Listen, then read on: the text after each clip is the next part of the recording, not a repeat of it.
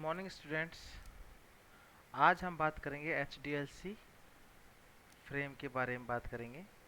HDLC frame होता क्या है? HDLC फ्रेम होता है high level data link control, जिसके द्वारा पॉइंट टू पॉइंट और मल्टी पॉइंट कम्युनिकेशंस पॉसिबल है। इस्तेमाल पॉइंट टू पॉइंट और मल्टी पॉइंट कम्युनिकेशन में इसका इस्तेमाल किया जाता है।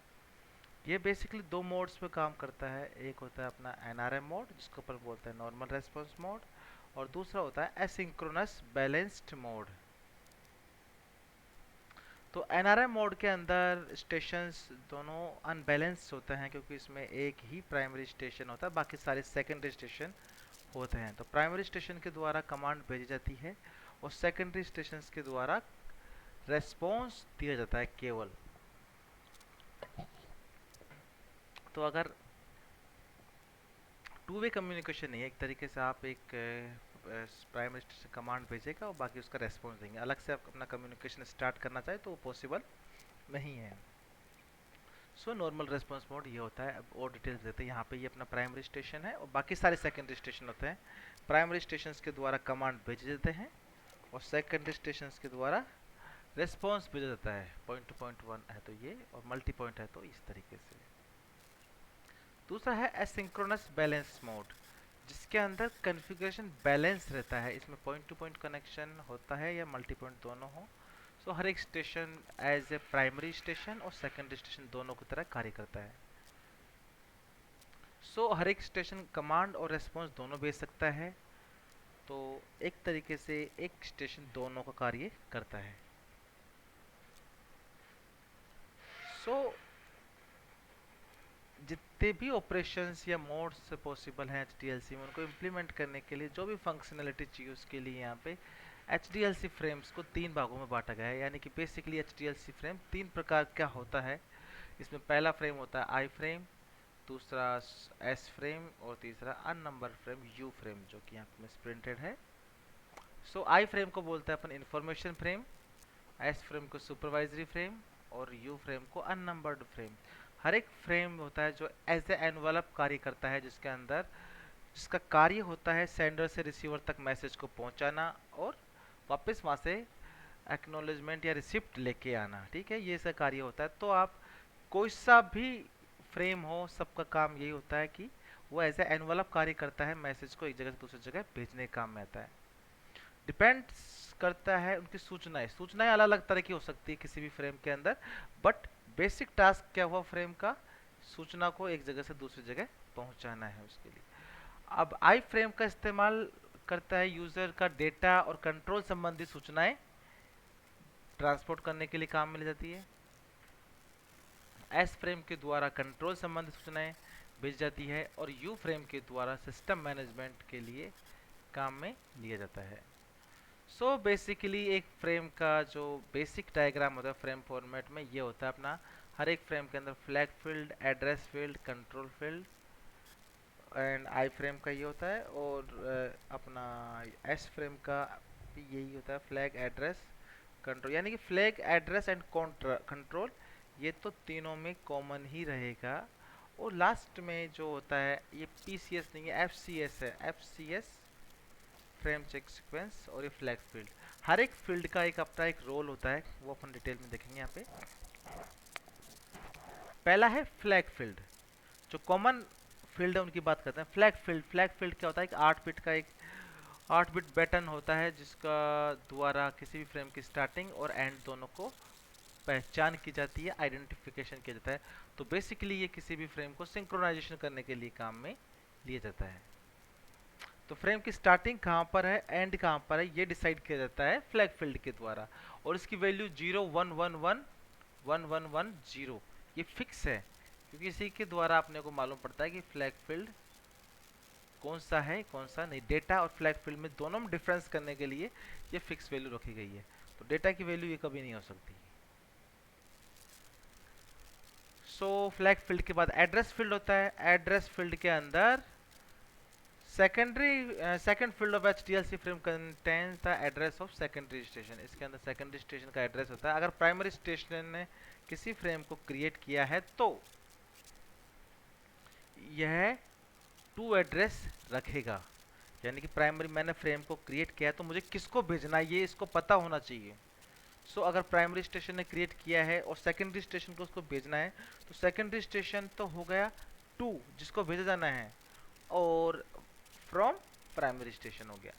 कॉमन टर्म है, कोई कंफ्यूजिंग टर्म नहीं है इसके अंदर।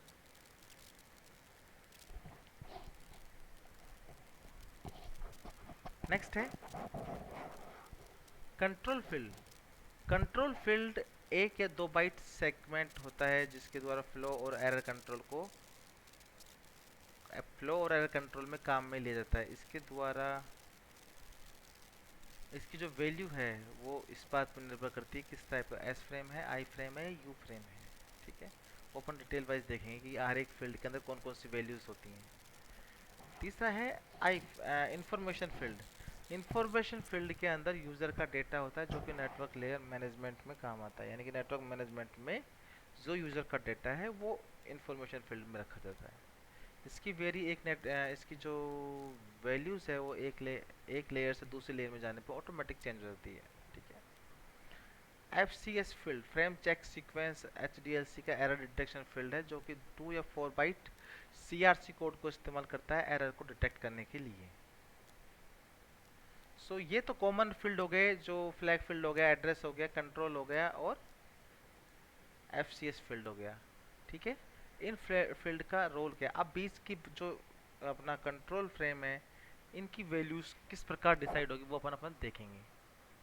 ठीक है, कंट्रोल फील्ड में अंदर कंट्रोल फील्ड की वैल्यू निर्भर करती है कि किस तरह का फ्रेम है और क्या कार्य करता है ये, यानी कि फ्रेम के आधार पर कौन कौन से कार्य किए जाते हैं वो इसके द्वारा डिसाइडेड होते हैं। जैसे कि यहाँ पे अपना आई फ्रेम है, आई फ्रेम के अंदर जो 8 बिट है उसके अंदर कंट्रोल फील्ड की अलग अलग वैल्यूज़ हैं। आई फ्रेम के अंदर पहली बिट 0 है, एस फ्रेम के अंदर 10 है और यू फ्रेम के अंदर 11 है। ओके, सो आई फ्रेम की बात करते हैं तो आई फ्रेम के अंदर नेटवर्क लेयर से यूज़र का डेटा होता है उसके अंदर। इसके अलावा ये एरर और फ्लो कंट्रोल करने के लिए काम में लेती है। इसकी फर्स्ट बिट है वो रिजर्व रहती है, किसके लिए, फर्स्ट बिट रिजर्व रहती है 0, जिसका मतलब है कि ये आई फ्रेम है। नेक्स्ट 3 बिट के अंदर NS है जो कि जिसका मतलब ये है कि सेंडर के द्वारा जो फ्रेम भेजा जाना है उसका सीक्वेंस नंबर लिखा होता है। इसके बाद नेक्स्ट है PF बिट जिसको अपन बोलते हैं पोल या फाइनल। अगर इसकी वैल्यू 1 है यानी कि सेट है ये वाली वैल्यू, तो इसका मतलब ये दो तरह की वैल्यू सेट हो सकती है, तो P हो सकती है, F हो सकता है। पोल और फाइनल कब होगा, पोल का मतलब ये होता है कि अगर प्राइमरी स्टेशन ने सेकेंडरी स्टेशन को डेटा भेजा है तो पोल होगी वैल्यू। अगर सेकेंडरी स्टेशन ने प्राइमरी स्टेशन को डेटा भेजा है तो ये वैल्यू फाइनल होगी। ठीक है,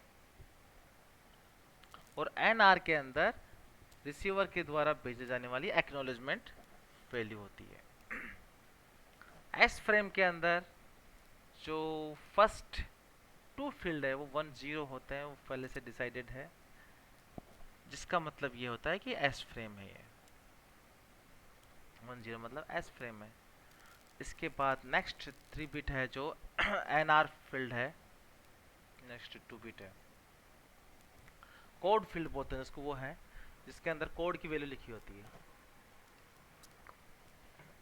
अब कोड की वैल्यू क्या क्या हो सकती है, कोड की वैल्यू अगर RR टाइप का फ्रेम है यानी कि रिसीवर रेडी फ्रेम है, यानी कि इसकी वैल्यू 00 है, इसका मतलब यह है कि RR टाइप का फ्रेम है और ये वाला फ्रेम वो है जो सही सलामत रिसीवर के पास पहुंच चुका है और रिसीवर से एक्नॉलेजमेंट लेके वापस सेंडर के पास पहुंच चुका है, यानी कि ये RR टाइप का फ्रेम है जिसके अंदर फ्रेम अपना सही सलामत हो जाता है बिना किसी एरर के, और अपने को NR फील्ड में उसकी एक्नॉलेजमेंट प्राप्त हो जाती है।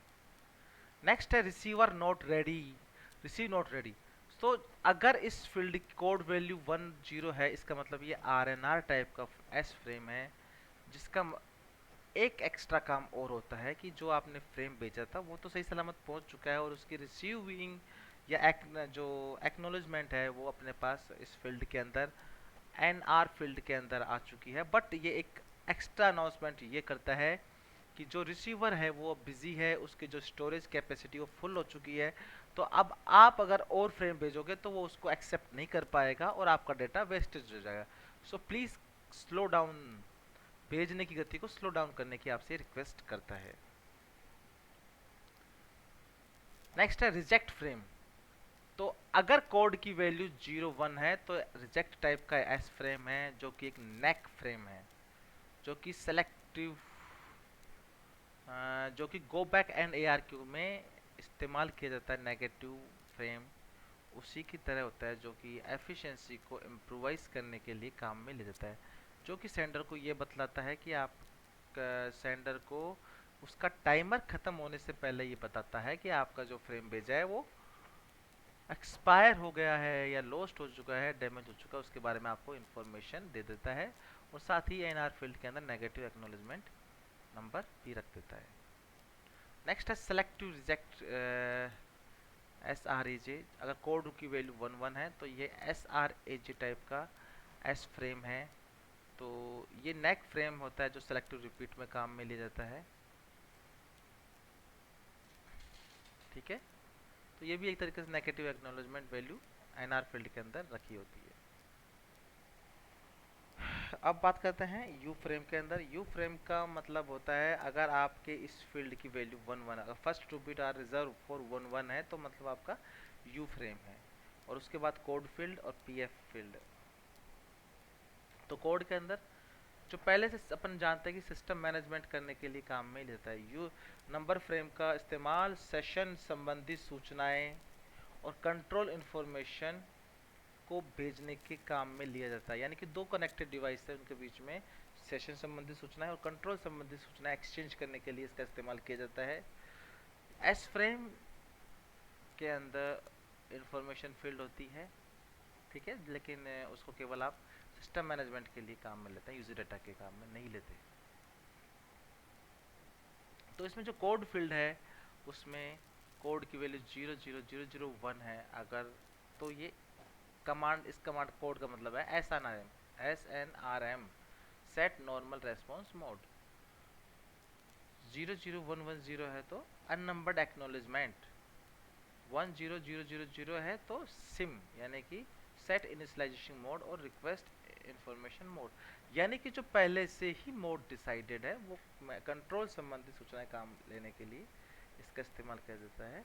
यू फ्रेम के द्वारा कनेक्शन स्टेबलाइजमेंट और कनेक्शन रिलीज भी किए जाते हैं। तो बेसिकली ये अपने HTLC फ्रेम का काम हो गया है। सो उम्मीद करता हूँ आपको ये लेक्चर समझ में आया होगा। Thank you very much.